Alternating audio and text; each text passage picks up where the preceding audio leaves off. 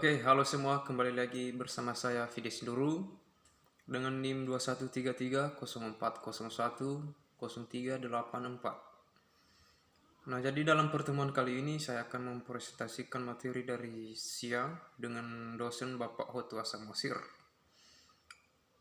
Dalam pertemuan kali ini saya akan mempresentasikan materi dari topik 13 yang berjudul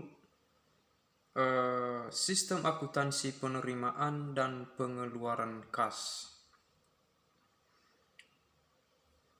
Nah, jadi pada sistem akuntansi dan pengeluaran kas ini, kita akan membahas yang pertama yaitu sistem penerimaan kas dari penjualan tunai. Nah, pada sistem penerimaan kas dari penjualan tunai dibagi menjadi 3 prosedur. Yang pertama, prosedur penerimaan kas dari over the counter sales. Yang kedua, prosedur penerimaan kas dari cash on delivery sales atau sales. Dan yang ketiga, prosedur penerimaan kas dari credit card sales. Nah, itu tadi yang pertama. Dan yang kedua yaitu fungsi yang terkait. Nah, pada fungsi yang terkait dalam sistem penerimaan kas dari penjualan tunai adalah yang pertama ada fungsi penjualan, yang kedua ada fungsi kas, yang ketiga ada fungsi gudang, yang keempat fungsi pengiriman, dan yang terakhir ada fungsi akuntansi. Jadi kita masuk pada pembahasan yang pertama yaitu fungsi penjualan. Fungsi penjualan bertanggung jawab untuk menerima pesanan dari pembeli, mencatat faktur penjualan tunai, dan menyerahkan faktur tersebut kepada pembeli untuk kepentingan pembayaran ke fungsi kas. Itu fungsi penjualan. Sekarang yang kedua yaitu fungsi kas. Fungsi ini bertanggung jawab sebagai penerima kas dari pembeli. Ya, tentunya sudah nggak asing lagi ya, nomor 2 ini fungsi kas ini. Ini orang-orang yang menerima kas dari seorang pembeli. Ya, misalnya barang sudah siap dia dibeli lalu dibayarkan. Lalu yang menerimanya adalah orang yang bertugas di kas tersebut. Nah, sekarang pada fungsi gudang. Fungsi ini bertanggung jawab menyediakan barang yang disimpan oleh pembeli, serta menyerahkan barang tersebut ke fungsi pengiriman. Yang keempat yaitu fungsi pengiriman. Fungsi ini bertanggung jawab untuk membungkus barang dan membeli barang yang telah membayar harganya kepada. Yang kelima yaitu fungsi akuntansi. Menemukan jawab sebagai pencatat transaksi penjualan dan penerimaan kas dan pembuat laporan penjualan. Nah, itu tadi yang kedua, pembahasan yang kedua. Dan sekarang lanjut pada yang ketiga yaitu informasi yang diperlukan oleh manajemen. Jadi ini ada informasi yang diperlukan oleh manajemen. Jadi mari kita perhatikan atau kita dengarkan apa aja informasi yang diperlukan oleh manajemen tersebut. Nah, jadi ada yang pertama yaitu jumlah pendapatan penjualan menurut jenis produk atau kelompok produk selama jangka waktu tertentu. Yang kedua, jumlah kas yang diterima dari penjualan tunai, jumlah harga tunai. Yang ketiga, jumlah harga pokok produk yang dijual selama jangka waktu tertentu. 4, nama dan alamat pembeli. Informasi ini diperlukan dalam penjualan produk tertentu. Namun pada umumnya informasi nama dan alamat pembeli ini tidak diperlukan oleh manajemen dari kegiatan penjualan tunai. Yang kelima yaitu diperlukan informasi mengenai kuantitas produk yang dijual. Yang keenam, nama wiraniaga yang melakukan penjualan. Yang terakhir yaitu ada otorisasi penjabat yang menduduki. Nah, itu yang ketiga. Dan sekarang masuk pada selanjutnya yaitu ada dokumen yang digunakan. Nah, pada dokumen yang digunakan dari sistem penerimaan kas penjualan tunai. Jadi ini ada beberapa dokumen. Ada terdiri dari 7 dokumen. Ya, 7 dokumen yang diperlukan dalam penerimaan kas penjualan. Jadi ini yang pertama yaitu faktur penjualan tunai. Dokumen ini digunakan untuk merekam sebagai informasi yang diperlukan oleh manajemen mengenai transaksi penjualan tunai. Yang kedua yaitu Pita Register Kas atau Kas Register Tape. Dokumen ini dihasilkan oleh fungsi kas dengan cara mengoperasikan mesin register. Pita register ini merupakan bukti penerimaan kas yang dikeluarkan oleh fungsi kas dan merupakan dokumen pendukung faktur penjualan tunai yang dicatat dalam jurnal penjualan. Yang ketiga ada credit card sales slip.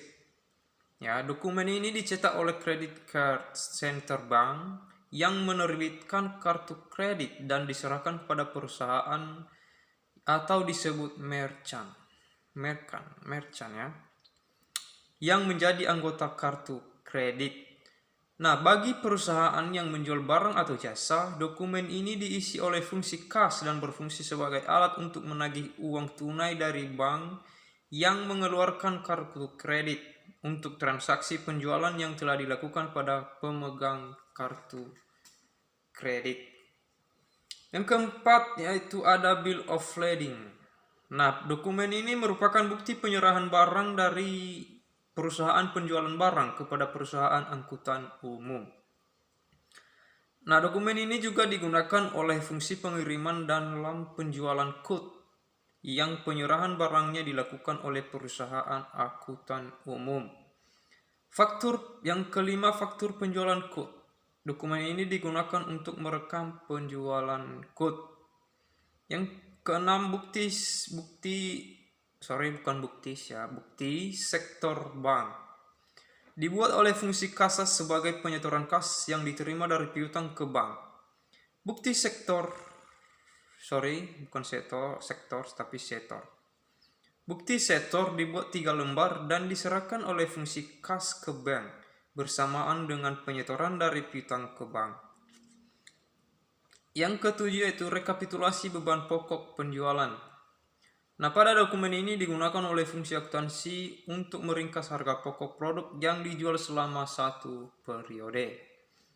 Dokumen ini juga digunakan oleh fungsi akuntansi sebagai dokumen pendukung bagi pembuatan bukti memorial untuk mencatat harga pokok penjualan atau harga pokok yang dijual ya.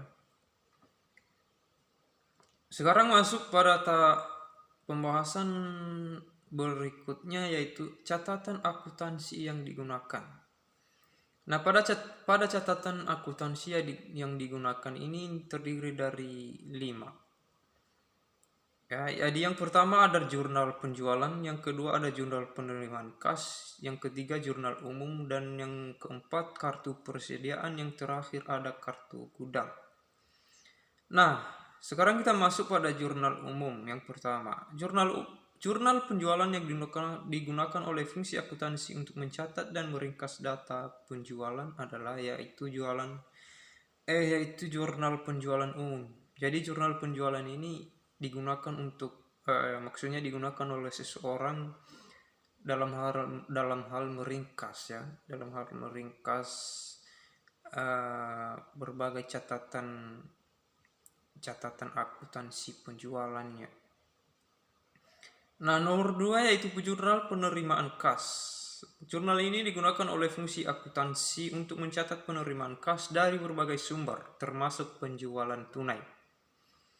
Yang ketiga ada jurnal umum. Dalam transaksi penerimaan kas dari penjualan tunai, jurnal ini digunakan oleh fungsi akuntansi untuk mencatat harga pokok produk yang dijual. Yang keempat ada kartu persediaan. Kartu persediaan digunakan oleh fungsi akuntansi untuk mencatat harga pokok produk yang dijual. Kartu persediaan ini dikelola fungsi akuntansi untuk mengawasi mutasi dan persediaan barang yang disimpan di gudang. Yang terakhir ada kartu gudang. Catatan ini tidak termasuk catatan akuntansi karena hanya berisi data kuantitas persediaan yang disimpan di gudang. Nah, pada catatan ini dikelola oleh fungsi akuntansi gudang untuk mencatat. Untuk mencatat. Nah, kartu gudang digunakan untuk mengurangi kuantitas produk yang dijual. Sekarang masuk kita pada jaringan prosedur dan ketidakpastian pengendalian inter. Jaringan prosedur yang membentuk sistem. Jadi ini ada jaringan yang membentuk sistem ya. Jaringan prosedur yang membentuk sistem penerimaan kas dan penjualan tunai. Ini jaringan prosedur yang membentuk sistem daripada penerimaan kas dan penjualan tunai ini terdiri dari 7. Yang pertama yaitu prosedur pemesanan penjualan, yang kedua prosedur penerimaan kas, yang ketiga prosedur barang, yang keempat prosedur pencatatan penjualan tunai, yang kelima prosedur penyetoran kas ke bank, dan yang keenam prosedur pencatatan penerimaan kas, dan yang ketujuh prosedur pencatatan beban pokok penjualan. Nah, sekarang itulah tadi prosedur pengendalian ya. Ya maksudnya prosedur jaringan prosedur ketidakpastian pengendalian inter. Nah, sekarang kita lanjut pada pembahasan berikutnya. Ada di sini yang namanya sistem akuntansi pengeluaran kas. Nah, sistem akuntansi pengeluaran kas terdiri dari sistem akuntansi pengeluaran kas dengan cek dan sistem pengeluaran kas dengan uang tunai melalui sistem dana kas kecil. Nah, pada sistem akuntansi pengeluaran kas dengan cek ini ada beberapa tinjauan dari pengendalian inter. Ini ada dengan digunakannya cek atas nama, pengeluaran cek akan dapat diterima oleh pihak yang namanya sesuai dengan yang ditulis pada formulir cek. Ini ada banyak ya, ada 3. Lalu ada dokumen yang digunakan. Lalu pada dokumen yang digunakan dalam sistem akuntansi pengeluaran kas dengan cek adalah ada di sini bukti kas keluar atau BKK. Dan yang kedua atau bagian B-nya adalah cek dan C-nya adalah permintaan cek. Ya. Dan sekarang kita masuk pada rangkuman. Jadi ini adalah rangkuman. Jadi rangkuman itu dari inti dari pembahasan dari topik 1 sampai topik 7 tadi. Jadi dirangkum. Jadi isi rangkuman ini isi topik yang kita jelaskan tadi ya. Oke, sekian penjelasan dari topik 13. Dan kita lanjut pada topik berikutnya yaitu pada minggu depan yaitu topik 14. Oke, sekian dan terima kasih.